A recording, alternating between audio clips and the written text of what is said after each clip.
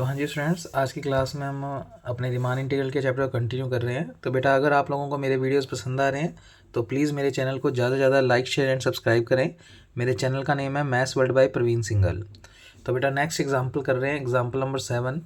आपको कहता है एफ़ कोई फंक्शन है जो किसी 0 से π/4 इंटरवल में डिफाइन है, और आपको इस फंक्शन के दो पार्ट्स दिए हुए हैं। या तो इस फंक्शन का मान cos x होगा या इस फंक्शन का मान sin x होगा। cos x फंक्शन का यूज़ आप तब करोगे जब x रैशनल नंबर है, और sin x फंक्शन का यूज़ आप तब करोगे जब x एक इर्रेशनल नंबर है। तो कहता शो करो कि ये फंक्शन इस 0 से π/4 इंटरवल में रीमान इंटीग्रल नहीं है। तो ऑब्वियस बात है, जब मैं इस क्वेश्चन के अंदर लोअर रीमान और अपर रीमान की वैल्यू निकालूंगा तो वो वैल्यू डिफरेंट आएगी, इस वजह से ये फंक्शन रीमान इंटीग्रल नहीं होगा। अब मेन बात है कि हम इसमें पता कैसे लगाएं कि हमें कौन सा फंक्शन बड़ा है। जैसे इससे पहले मैंने आपको एक वीडियो भेजा है जिसमें अपने को फंक्शन दिया होता था बेटा 0 और 1। तो उसमें क्लियरली हमें दिख रहा था कि 0 मेरा इन्फिमम और 1 मेरा सुप्रीमम। अब इसमें कौन सा फंक्शन मेरा इन्फिमम और कौन सा फंक्शन मेरा सुप्रीमम रहेगा, ये भी इंपॉर्टेंट है। तो कैसे पता लगाएंगे? तो बेटा 0 से π/4 इंटरवल दे रखा है, तो 0 से π/4 तक का मैं साइन का ग्राफ बनाऊंगा, और 0 से π/4 का ही मैं साइन कोस एक्स का ग्राफ बनाऊंगा। और देखते हैं कि कौन सा फंक्शन इंक्रीजिंग, मतलब कौन सा फंक्शन बड़ी वैल्यू देगा और कौन सा फंक्शन छोटी वैल्यू देगा। क्योंकि ये फंक्शन दो तरीके के वैल्यूज रखता है, कोस एक्स और साइन एक्स। पर इंटरवल हमें परिभाषित है 0 से π/4 तक का ही देखना है। तो उतने उतने में हम देखते हैं कि ये फंक्शन अपने को बड़ी वैल्यूज देगा या ये फंक्शन। तो इसका डायग्राम बनाते हैं बेटा। तो 0 से π/4 तक के लिए मैं साइन एक्स और कोस एक्स का ग्राफ बना रहा हूँ। तो मैंने आपके लिए बना के दिखाया, थोड़ा देखें ध्यान से। इस क्वेश्चन को नोट बाद में करना, पहले सिर्फ समझने में फोकस करो। बेटा ये कोस का पूरा ग्राफ होता है जो आपने पढ़ रखा है। ये कितने पे होता है बेटा? कोस 0 पे वैल्यू कितनी होती है? 1। ये कितने पे होता है? π/2। कोस π/2 पे फंक्शन का मान कितना होता है? 0। तो ये एक्स एक्सिस है, एक्स एक्सिस पे y 0 होता है, तो ये कोस π/2 हो गया, ये कोस 0 हो गया। पर मुझे तो π/4 तक का बनाना है, तो इसका मतलब इस वाली वेव का सिर्फ इतना इतना पार्ट हाफ लेंगे हम। तो ये π/4 पे वैल्यू हो गई, जिस पे वैल्यू कितनी होती है? 1/√2। आपको पता है 1/√2 होती है वैल्यू कोस π/4 की। तो बेटा कोस का 0 से लेके π/4 तक का ग्राफ ये होगा। तो मैंने एक्स एक्सिस ली, वाई एक्सिस ली, वाई एक्सिस को ही आप एफ एक्स बोलते हैं। और बेटा आपने कोस एक्स का ग्राफ बनाया, ये 0 से लेकर कहाँ तक का बनाया आपने? π/4। इतना इतना ग्राफ कोस का है। अब ये ग्राफ किसका है बेटा? ये साइन का है। कल आपको मैंने साइन के ग्राफ भी सिखाए थे, थोड़ा देखना, साइन वाले क्वेश्चंस भी करवाए थे। तो बेटा ये 0 है, ये पाई है, तो ये π/2 है, तो यहाँ तक π/4 होगा। तो बेटा इतना इतना ग्राफ किसका है? साइन का π/4 तक का। तो ये वाला हो गया ना, 0 से π/4 पॉइंट मैंने ये शो किया है। तो अब आप ये मत समझना ये इतना बड़ा कैसे बन गया, इसको थोड़ा जूम करके बना दिया मैंने बेटा। तो कुल मिलाकर 0 से π/4 तक का ये साइन का ग्राफ है, जो कि एक इंक्रीजिंग फंक्शन है। एक्स बढ़ रहा है तो वाई भी बढ़ रहा है। और बेटा कोस का मान लगातार जैसे जैसे एक्स बढ़ रहा है, देखो एक्स 0 हुआ, फिर π/4 हुआ, और कोस का मान स्टार्टिंग में 1, और उसके बाद नीचे जाता जाता जाता जाता 1/√2। तो कोस का ग्राफ तो डिक्रीजिंग है और साइन का ग्राफ इंक्रीजिंग है। पर बेटा ओवरऑल अगर आप देखो इस पूरे सिनेरियो को, तो कोस एक्स की जो भी वैल्यूज आ रही हैं, कोस एक्स का एक्स की वैल्यूज पे जो भी फंक्शन का मान आ रहा है, तो बेटा वो अभी भी ऊपर है साइन वाली वैल्यू से। साइन तो बस यहाँ तक ही गया, जबकि कोस तो बिल्कुल जब अपना π/4 पे आया तब जाकर साइन के साथ टच में आया, उससे ऊपर ऊपर ही है वो तो ग्राफ। तो कोस का ग्राफ भले ही डिक्रीजिंग है, बट उसकी तो भी जो भी वैल्यूज आएंगी 0 से π/4 इंटरवल के अंदर, उसमें कोस का मान साइन वाले से तो ज़्यादा ही आ रहा है। इसका मतलब कोस मेरे लिए सुप्रीमम का काम करेगा। डिक्रीजिंग फंक्शन है, पर बेटा ओवरऑल कोस की वैल्यू साइन से तो ऊपर ही आ रही हैं, तो इसका मतलब कोस वाली वैल्यूज हमें सुप्रीमम देंगी। और जबकि साइन वाली जो फंक्शन है वो हमें इन्फीमम देगा, क्योंकि उसके मान अभी भी छोटे हैं। पर बेटा π/4 पे तो दोनों बराबर है। तो इस वक्त जो आई आर इंटरवल लेते हैं, यहीं पर सुनो फिर अपने पूरी कैलकुलेशन देखेंगे। बेटा आई आर इंटरवल में लेता हूँ हमेशा AR-1 AR। और अभी तक हमने जितने भी क्वेश्चन किए हैं, हम कहते थे इस पे फंक्शन इन्फीमम, इस पे सुप्रीमम। और बेटा मैंने आपको बताया था आई आर इंटरवल जो होता है वो एक्चुअल में I1 को, I2 को, सभी इंटरवल को रिप्रेजेंट करता है। तो बेटा इस बार जब हम इन्फीमम सुप्रीमम निकालेंगे इस क्वेश्चन में, इंपॉर्टेंट है क्वेश्चन भी और कंसेप्ट भी। बेटा मैं I R interval as a monitor होता है, और मोनीटर होने की वजह से ये लास्ट इंटरवल को भी शो कर सकता है। और अपने को जो इंटरवल टोटल दिया हुआ है वो 0 से π/4 दिया हुआ है। तो सोचो अगर I R interval I R ना होकर आई एन इंटरवल होगा तो उस केस में तो लास्ट में जैसे आई एन इंटरवल अगर आप देखो तो क्या वैल्यूज होती हैं उसमें, an-1 an को एक्चुअल में आप b कहते हो, b का मतलब π/4। और उस केस में अगर आप बात करो तो an-1 तो चल ही रहा है और an का मान π/4। और बेटा π/4 पे तो दोनों ही वैल्यू सेम है क्योंकि sin π/4 भी 1/√2 होता है और cos π/4 भी 1/√2। तो इसका मतलब हम जब आई आर इंटरवल इस क्वेश्चन में बुलाएंगे तो इस पॉइंट की बात नहीं करेंगे, क्योंकि अगर ये आई आर इंटरवल आई एन इंटरवल हुआ तो उस केस में π/4 पे तो दोनों फंक्शन वैल्यू सेम देंगे। तो हम ये नहीं कह सकते कि इस पॉइंट पर सुप्रीमम और इस पॉइंट पर इन्फीमम। तो फिर हम क्या कहेंगे, हम आई आर इंटरवल को बुलाएंगे और इस पॉइंट पे बात ना करके इस एक पॉइंट पर ही दोनों इन्फीमम सुप्रीमम डिफाइन करेंगे और कहेंगे कि इंटरवल के इस पॉइंट को अगर आप साइन वाले में रखोगे तो सोचो ar-1 का मान 0 से π/4 से कम कम जो भी हुआ उस पे फंक्शन की वैल्यू जो भी आएगी वो कम आएगी कंपैरेटिवली कोस वाला कोई भी आप रखोगे वैल्यू उससे।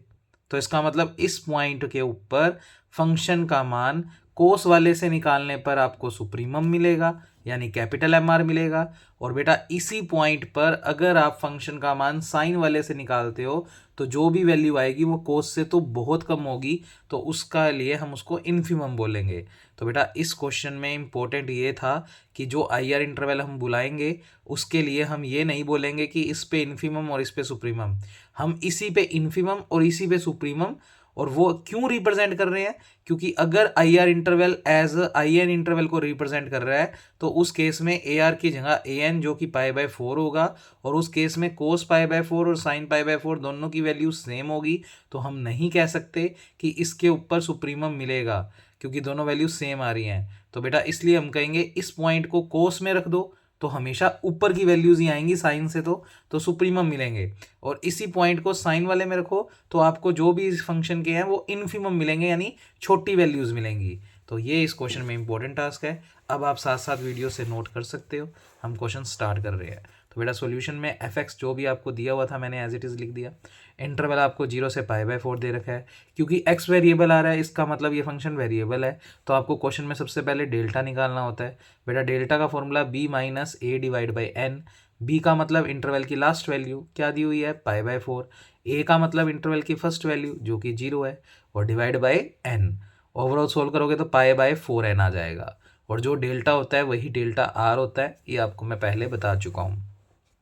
फिर आपको फिक्स पार्टीशन मानना होता है a plus delta, a plus 2 delta, a plus r-1 into delta, a plus r delta, ये बीच में प्लस लगा लो, a प्लस r डेल्टा और लास्ट में जाते जाते a प्लस n डेल्टा। बेटा इस क्वेश्चन में a का मान तो 0 है तो इस पूरे में a का मान तो 0 और डेल्टा का मान आप पुट कर दो π/4n। तो बेटा a का मान 0 रखोगे तो 0, a का मान 0 और डेल्टा का मान π/4n, तो ओवरऑल हो गया π/4n। बेटा a का मान तो 0 और 2 इंटू π/4n, तो 2 इंटू π/4n। ऐसे ही r-1 π/4n, a को तो 0 रख दिया और यहाँ पर r इंटू π/4n और यहाँ रखोगे तो बेटा π/4n रखोगे तो n से n कैंसल आउट हो जाएगा, क्या बचेगा π/4। फिर इसमें से आप ये आई आर इंटरवल बुलाते हो, मैंने बुला लिया। और अभी अभी आपको पूरा ग्राफिकली समझाया है कि इस पॉइंट की बात आप नहीं करेंगे, क्योंकि अगर ये आई आर इंटरवल ये वाली चीज़ को रिप्रेजेंट कर रहा है तो उस केस में ये चीज़ तो π/4 होगी और π/4 पे तो दोनों के मान ही सेम आएंगे। तो इसका मतलब ये हमारे लिए इन्फीमम सुप्रीमम डिफाइन नहीं कर सकता। तो आप इसी पॉइंट को बस कोस में रखोगे तो सुप्रीमम और इसी पॉइंट को साइन में रखोगे तो इन्फीमम। तो बेटा इस आई आर इंटरवल के लिए ये इंपॉर्टेंट है, इसलिए मैंने ऊपर अलग से लिखा मोस्ट इंपॉर्टेंट। आप यहाँ पर स्मॉल एम आर कैसे निकालोगे, फंक्शन का ये वाला पॉइंट साइन वाले में पुट करोगे तो साइन x था, x के बदले आपने ये पॉइंट पुट कर दिया r-1 π/4n, तो ये वैल्यू आ गई। तो आपने फंक्शन कौन सा यूज़ किया, साइन x वाला इन्फीमम के लिए।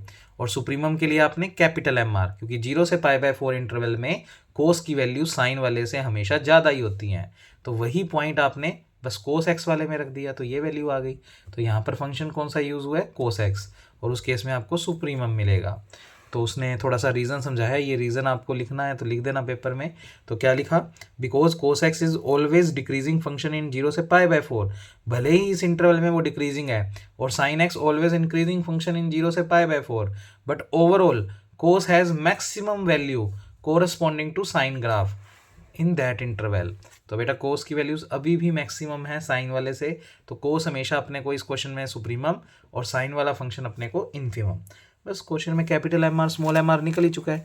कल मैंने आपको, कल या परसों वाली वीडियो में आपको नोट लगवाए हुए हैं कोस की सीरीज़ और साइन की सीरीज़। तो बस अब तो हमें कैलकुलेशन आती है, फिर भी स्पीड से देख लो। सबसे पहले मैं लोअर डार बॉक्स हम निकाल रहा हूँ। फॉर्मूला होता है summation r equal to 1 to n small M R into del R. बेटा वैल्यू पुट कर दो स्मॉल एम आर और डेल आर की। तो स्मॉल एम आर का मान है साइन r-1 π/4n और डेल्टा आर का मान है π/4n। उस दिन भी बताया था समेशन आर के ऊपर रन कर रहा है, तो आप इस चीज़ को बाहर कर सकते हो, पर इसको मत कर देना क्योंकि ये इतनी चीज़ एंगल में है साइन के साथ, तो इस पे तो हम कुछ भी नहीं कर सकते, और उधर से π/4n जो है वो कॉमन आ जाएगा। तो कॉमन लिया हुआ है बेटा, तो π/4n आ गया कॉमन। बाकी ये पूरा स्टेप एज इट इज़। अब आर की वैल्यू 1 रखो तो ये 0 बनेगा, क्योंकि 1 - 1 0, और साइन 0 0 होता है, पर अपने को साइन 0 ही लिखना है। उसके बाद आर को 2 रखोगे तो ये बनेगा साइन π/4n, आर को 3 रखोगे तो 2 π/4n।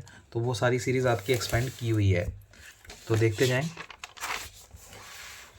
तो वीडियो को ना पॉज करके नोट कर लिया करो, या जैसे भी आपको सूटेबल लगता है वैसे कर दिया करो। तो ये कुछ बन गया। अब इसको थोड़ा सिस्टम से लिख लेते हैं। साइन 0 एज इट इज़, इसको जानबूझ के लिख रहा हूँ साइन 0 प्लस π/4n, इसको जानबूझ कर लिख रहा हूँ साइन 0 प्लस 2 को अलग से लिखा और π/4n को अलग से लिखा, जिससे ये एक सीरीज़ को रिप्रेजेंट करे। अब सीरीज़ आपको याद है, मैं बारी बारी नहीं लिख रहा।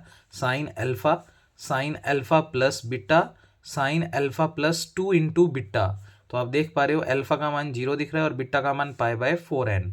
तो बेटा आपको पता है इतनी सीरीज़ का फॉर्मूला क्या होता है, साइन अल्फ़ा प्लस n-1 बीटा/2 साइन n बीटा/2 डिवाइड बाय साइन बीटा/2, और ये π/4n चल ही रहा है। फिर बेटा यहाँ पर अल्फ़ा और बीटा की वैल्यूज़ पुट कर दो। अल्फ़ा का मान तो 0 है और बीटा का मान रखना है आपको π/4n, तो π/4n रखोगे तो π/8n हो जाएगा, तो π/8n। इधर भी π/4n रखोगे तो n से n कट जाएगा और π/8n हो जाएगा, π/8 सॉरी, n तो कट गया। इधर बीटा का मान π/4n रखोगे तो ये π/8n हो जाएगा। तो यहाँ तक तो सिंपल कैलकुलेशन है। अब बेटा 0 को तो लिखें ना लिखें कोई फ़र्क ही नहीं है, और π/8n जब इस n से मल्टीप्लाई होगा तो n से n कट जाएगा तो π/8 बचेगा, और ये π/8n जब 1 से मल्टीप्लाई होगा तो माइनस का π/8n, और ये साइन π/8 चल ही रहा है, नीचे ये चल ही रहा है। एक क्वेश्चन मैंने साइन वाला आपको करवाया था बेटा, उसके अंदर थी यहाँ पर वैल्यू साइन π/4, तो उसका मान 1/√2 हो गया, पर हमें इसकी तो वैल्यू पता ही नहीं है। इसकी नहीं पता तो हम कुछ और तरीके से सोल्व करेंगे, देखते हैं कैसे। तो बेटा यहाँ पर पहले फॉर्मूला लगा दो sine a minus B. Formula होता है sine a cos b minus cos a sine b। ये साइन π/8 चल ही रहा है, डिवाइड में साइन π/8n चल ही रहा है। तो यहाँ तक तो सिंपल कैलकुलेशन है। उसके बाद बेटा ये साइन π/8n को अंदर भेज दो, तो बेटा साइन π/8 और साइन π/8 बन गया साइन स्क्वायर π/8, कोस π/8n चल ही रहा है। इतनी चीज़ को इतने के नीचे अलग और इस चीज़ को इसके नीचे अलग, तो ये चीज़ मैंने इसके नीचे अलग कर दी। अच्छा साइन π/8 यहाँ भी मल्टीप्लाई होगा, तो साइन π/8 कोस π/8, और ये थोड़ी सी मिस्टेकन है बेटा, साइन साइन π/8 कोस π/8, और ये स्टेप जब इसके नीचे जब ये एलसीएम भेजोगे तो ये कट जाएगा, तो गलत नहीं है, ये थोड़ा सही है स्टेप। एलसीएम को अलग अलग कर दिया, नीचे वाले को उसके नीचे भी अलग, उसके नीचे भी अलग, तो जब इसके नीचे करोगे तो ये स्टेप से ये स्टेप कट जाएगा, और ये तो इसके साथ मल्टीप्लाई हो गया, तो साइन π/8 कोस π/8। अब बेटा यहाँ पर मैं 2 से मल्टीप्लाई और 2 से डिवाइड, तो नेक्स्ट पेज पे आपको यहाँ पर लिखा हुआ मिलेगा 2 से मल्टीप्लाई 2 से डिवाइड, और बेटा साइन स्क्वायर π/8, और ये कोस अपॉन साइन, बेटा कोस π/8n sign π/8n, angle same है, तो कोस अपॉन साइन को आप क्या लिखोगे, कोट। इतनी चीज़ को आगे वाले पेज पे लिखा हुआ है कोट π/8n। तो बेटा π/4n बाहर चल ही रहा था, साइन स्क्वायर π/8 चल ही रहा है, कोट π/8n बन गया, और माइनस 2 से मल्टीप्लाई 2 से डिवाइड साइन π/8 कोस π/8। अब बेटा ये 2 तो चल ही रहा है नीचे डिवाइड में, और 2 साइन ए कोस ए, एंगल सेम है, तो ये फॉर्मूला होता है इतना इतना साइन 2a का। तो बेटा साइन 2 और a में कितना है π/8, तो साइन 2a का फॉर्मूला अगर आपको नहीं पता तो मैं साइड में लिख देता हूँ बेटा, साइन 2a का फॉर्मूला होता है 2 साइन ए कोस ए, वो फॉर्मूला लगाया है मैंने यहाँ पे।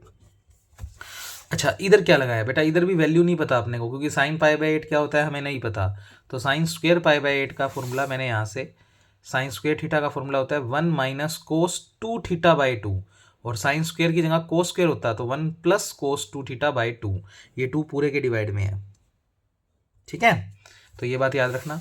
तो बेटा मैंने यहाँ पर साइन स्क्वेयर थीटा का formula 1 minus cos 2 theta, square नहीं है, कोस 2 थीटा, तो थीटा में पाई बाई 8 चल रहा है और पूरे के डिवाइड में 2, कोट पाई बाई 8 चल ही रहा है, माइनस ये 1/2 चल ही रहा है, और ये 2 sign A cos a formula बन गया साइन 2a। अब बेटा ये होने से अपने को फ़ायदा हो गया, देखो क्या, ये 2 और ये 8 कट कर पाई 4 बनेगा, तो कोस पाई बाई 4 कितना होता है 1/√2, तो इतने इतने का मान 1/√2, ये 1 चल ही रहा है, माइनस चल ही रहा है, और पूरे के डिवाइड में ये 2 चल ही रहा है, ये कोट पाई बाई 8 चल ही रहा है, 1/2 एज इट इज़, और ये भी कट कटा कर साइन पाई बाई 4 बन गया, उसका मान 1/√2 होता है। अच्छा, अब पूरे में से कॉमन बेटा देखो ये 2 है और ये 2 है, ये पूरे में से कॉमन आ गया, तो 2 × 4 हो गया 8, तो बचा क्या 1 माइनस 1/√2, कोट को लिख सकते हैं 1/10, और ये 2 तो कॉमन आ चुका है तो माइनस का 1/√2। अब ये तो था हमारा लोअर डार्बोक सम, पर हमें तो निकालना है लोअर रीमान इंटीग्रल। बेटा लोअर रीमान इंटीग्रल के लिए लोअर लिमिट पे बार लगा दो, fx × dx, फॉर्मूला होता है limit n tending to infinity LF, P, limit चली रही है, LF, P का मान ये पूरा पूरा उठाकर रख दो। और क्या किया मैंने बेटा, ये लिमिट मैंने इस पहली टर्म को भी दे दी, और पाई बाई 8n यहाँ पर अंदर मल्टीप्लाई हो गया, और इस स्टेप के साथ भी पाई बाई 8n मल्टीप्लाई हो गया, और लिमिट उसको भी दे दी, तो कुल मिलाकर लिमिट मैंने दोनों स्टेपों को दे दी। अब आपको बताया था 10 कुछ अपॉन कुछ, इतने इतने का मान limit n tending to infinity पे 1 होता है, तो बेटा ये इतनी इतनी चीज़ सोल्व होकर 1 हो गई, तो बचा क्या इतना इतना स्टेप, और यहाँ पर n को इन्फिनिटी रखोगे तो किसी के अपॉन में इन्फिनिटी 0, तो बेटा ये टर्म 0 हो जाएगी, तो कुल मिलाकर बचेगा 1 माइनस 1/√2, इससे ज़्यादा हम सोल्व नहीं कर सकते। ये हमारा लोअर रीमान इंटीग्रल। अब हम निकालेंगे अपर रीमान इंटीग्रल। बेटा अपर रीमान इंटीग्रल को UF, P से रिप्रेजेंट करते हैं, फॉर्मूला होता है summation r = 1 to n capital MR × del r। अच्छा, समेशन चल ही रहा है, कैपिटल MR का मान कोस की टर्म में था, कोस r-1 π/4n, और डेल्टा r का मान कितना है π/4n। फिर वही समेशन जो है वो r पे काम कर रहा है, तो ये π/4n समेशन से बाहर हो जाएगा, पर ये नहीं होगा क्योंकि ये कोस के साथ एंगल में है। अच्छा, समेशन को आप पुट कर दो, r की वैल्यू 1 2 अप टू सब कुछ, तो बस कोस की सीरीज़ बन जाएगी, बस इतना सा फ़र्क है। ये देखो एज इट इज़ पुट किया हुआ है। फिर इसको भी कोस 0, इसको जानबूझ के लिखा 0 + π/4n, इसको जानबूझ के लिखा 0 + 2 × π/4n, और आप देख सकते हो cos alpha plus beta, cos alpha plus 2 beta, तो अल्फ़ा का मान 0, बीटा का मान π/4n। और आपको बताया था अगर कोस की सीरीज़ हो तो सिर्फ इधर साइन की जगह कोस आ जाता है, अंदर सेम चीज़ है, अल्फ़ा प्लस n-1 बीटा/2, इधर साइन ही आएगा साइन n बीटा/2, और नीचे भी साइन ही आएगा साइन बीटा/2। अब अल्फ़ा और बीटा की वैल्यू एज इट इज़ ये पुट कर दो, तो वीडियो देखते रहो, अब तुम्हें खुद को समझ आना चाहिए बेटा। जब बीटा की वैल्यू रख दोगे, अल्फ़ा का मान 0 रख दोगे, और ये स्टेप इधर और इधर मल्टीप्लाई करोगे तो ये 2 स्टेप्स बन जाएंगे, और अब इधर भी बीटा का मान रख दोगे तो n से n कट जाएगा और ये स्टेप बन जाएगा, डिवाइड में ये रख दिया बीटा का मान। फिर बेटा यहाँ प्रॉपर्टी लग गई कोस a माइनस बी की, जिसका फॉर्मूला होता है cos a cos b plus sine a sine b, तो इसको लिख दिया cos a cos b plus sine a sine b। ये साइन π/8 चल ही रहा है और ये साइन π/8n चल ही रहा है। फिर बेटा ये साइन π/8n इसके नीचे अलग, इसके नीचे अलग, और ये स्टेप इसको भी दे दो और इसको भी दे दो, तो जब ये स्टेप इसको मिलेगा तो बेटा, और ये स्टेप नीचे जाएगा तो कोस और साइन मिलकर बन जाएंगे कोट, और साइन π/8 और कोस π/8 आपस में मल्टीप्लाई में, और इधर जब साइन जाएगा तो साइन स्क्वेयर π/8, और ये चीज़ से ये चीज़ क्या हो जाएगी कैंसिल आउट। फिर वही साइन स्क्वेयर π/8 का formula 1 minus cos 2 theta divide by 2, और इधर बेटा 2 से मल्टीप्लाई और 2 से डिवाइड, ये नीचे वाला 2 तो चलता रहेगा, और ये 2 कोस ए साइन ए फॉर्मूला बन जाएगा साइन 2a, इतना इतना फॉर्मूला बन जाएगा साइन 2a। तो ये नेक्स्ट स्टेप पे बनाया हुआ है, और कोट को लिख दिया 1/10, उधर फॉर्मूला लगाई दिया था 1 माइनस कोस 2 थीटा बाई 2, वही सेम सोल्व किया जैसे मैंने अभी भी किया था।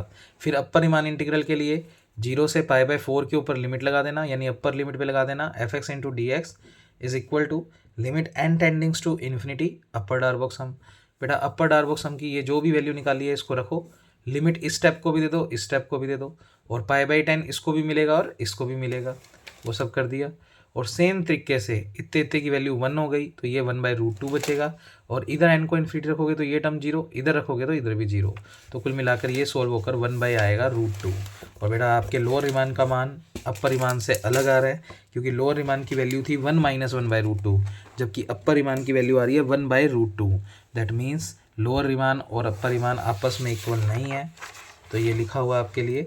तो लोअर और अपर की वैल्यू अगर इक्वल नहीं है तो ये फंक्शन रीमान इंटीग्रल नहीं है।